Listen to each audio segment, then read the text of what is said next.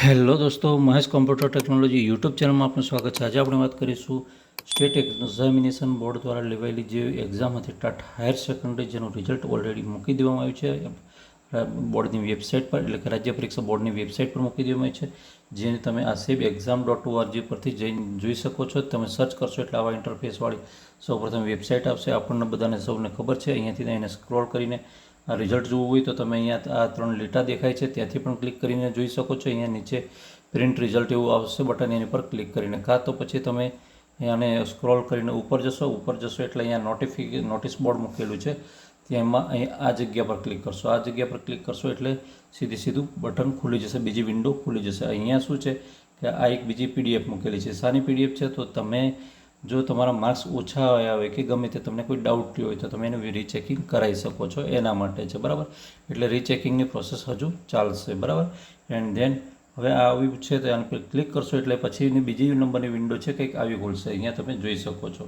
બરાબર, હું થોડી ઝૂમ કરી દઉં છું એટલે તમે જોઈ શકો સ્પષ્ટ. અહીંયા ટાટ હાયર સેકન્ડરી પરીક્ષા એવું લખેલું છે. અહીંયા આને પસંદ ટપ્પું કરી દેવાનું, પછી અહીંયા સીટ નંબર નાખી દેવાનો, પછી અહીંયા આ આંકડાને આપણે કોઈ લેવા દેવા નથી.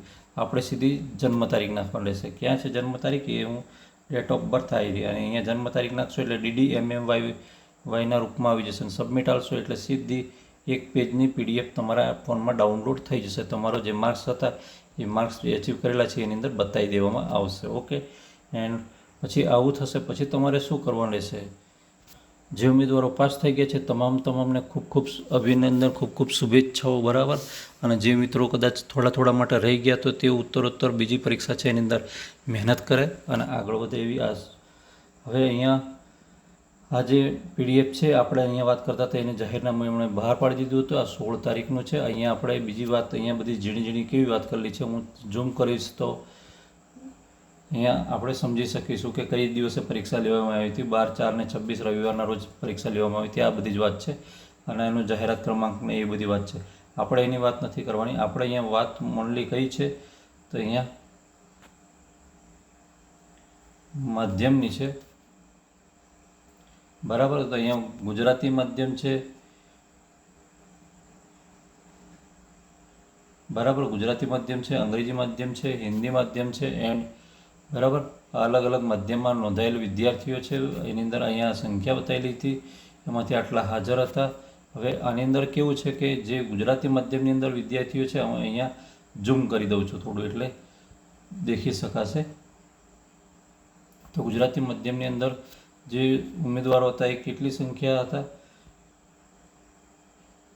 તો 70 કે તેથી વધુ મેળવનાર ઉમેદવારો, જે ઉમેદવારો છે ઓલ ઓવરના દેખવા જઈએ તો 50,066 જેટલા છે. એટલે આપણે 50,066 જેટલા તો આપણે માન લઈએ નીકળી જાય. બરાબર, પણ 80 કે તેથી વધુ ગુણ મેળવનાર છે 33,330 જેટલા છે. બરાબર, અને 90 કે તેથી વધુ ગુણ મેળવનાર છે બરાબર તે 20,067 જેટલા છે. એન્ડ એનાથી પછી આપણે આગળ દેખીશું કે 100 કે તેથી વધુ મેળવનાર છે 10,404 જેટલા છે, અને 120 કે તેથી વધુ મેળવનાર છે એ 1,584 જેટલા છે. બરાબર, હવે આ વાત હતી ગુજરાતી માધ્યમની. હવે વાત આવે છે બીજું કે અંગ્રેજી માધ્યમ. તો અંગ્રેજી માધ્યમની અંદર કેવું છે કે 70 કે તેથી વધુ ગુણ મેળવનાર ઉમેદવારો છે કેટલા છે? તો એ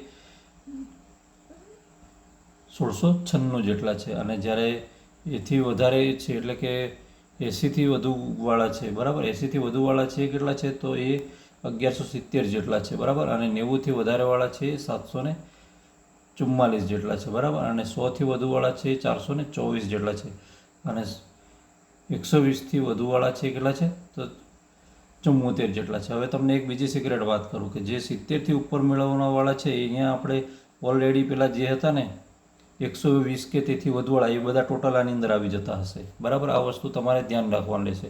એટલે આપણે તો કયો ડિજિટ આંકડા છે આ આંકડાને માનીને ચાલવાનું રહેશે કે આ મીડિયમની અંદર આટલા પાસ થયા, ને કુલ કેટલા પાસ થયા? તો 51,971 જેટલા પાસ થયા. બરાબર, મેન્સ માટે લાયક ઉમેદવારો. બરાબર, હવે આ જે મેન્સ માટે લાયક એટલે કેટલાય છે? તો આમાં આ પરિણામમાં જે તે આપણી પરીક્ષા હતી પરીક્ષાના પરિણામમાં 35% એટલે કે 70 ગુણ. બરાબર, 70 માર્ક્સ કે તેથી વધુ ગુણ લાવનાર ઉમેદવાર છે. બરાબર, તે તમામ ઉમેદવારને મુખ્ય પરીક્ષા માટે ક્વોલિફાઈડ ગણવામાં આવે છે. બરાબર, એટલે કે યસ ગણવામાં આવે છે તે મિત્રો પરીક્ષાની તૈયારી કરી શકે છે. એટલે તમને સૌ બધા મિત્રોને ફરીથી બેસ્ટ ઓફ લક. જોરદાર તૈયારી કરો મેન્સ એક્ઝામની ને એને પણ ક્વોલિફાઈ કરી દો. ફરી મળીશું આવી જ માહિતી સાથે. વિડીયો ગમે તો વિડીયોને લાઇક કરજો. ચેનલ પર ન હોય તો ચેનલ સબસ્ક્રાઈબ કરવાનું બિલકુલ નહીં ભૂલતા. ફરી જય હિન્દ.